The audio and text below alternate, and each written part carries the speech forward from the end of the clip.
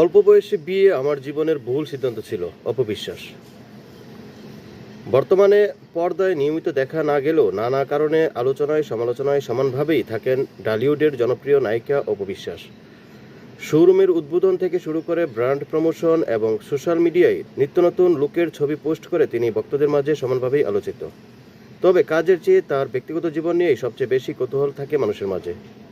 সম্প্রতি একটি সাক্ষাৎকারে ক্যারিয়ার ও ব্যক্তিগত জীবন নিয়ে খোলামেলা কথা বলেছেন এই তারকা।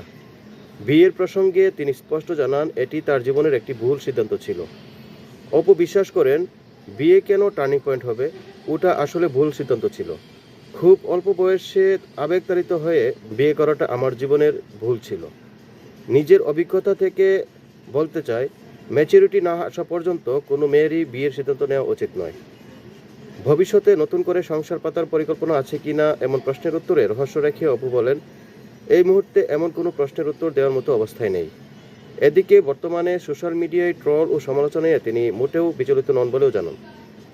তিনি বলেন, এসব নেতিবাচক বিষয় নিয়ে বিচলিত হয় না, বরং অধিকাংশ সময় এগুলো এড়িয়ে চলি এবং মাঝে মাঝে বেশ উপভোগ করি। প্রসঙ্গত, 2008 সালের 18 এপ্রিল ঢালিউডের মেগাস্টার শাকিব খানকে বিয়ে করেন অপবিশ্বাস। দীর্ঘ 9 বছর বিয়ের কথা গোপন রাখার পর 2017 সালের 10 এপ্রিল একটি টেলিভিশন লাইভ অনুষ্ঠানে এসে সে কথা প্রকাশ করেন। এরপর 2018 সালের 12 মার্চ আনুষ্ঠানিকভাবে তাদের বিবাহ বিচ্ছেদ হয়।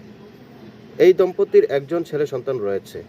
সাক্ষাৎকারে নিজের অভিনয় জীবনের পরিবর্তন নিয়েও কথা বলেছেন অপু।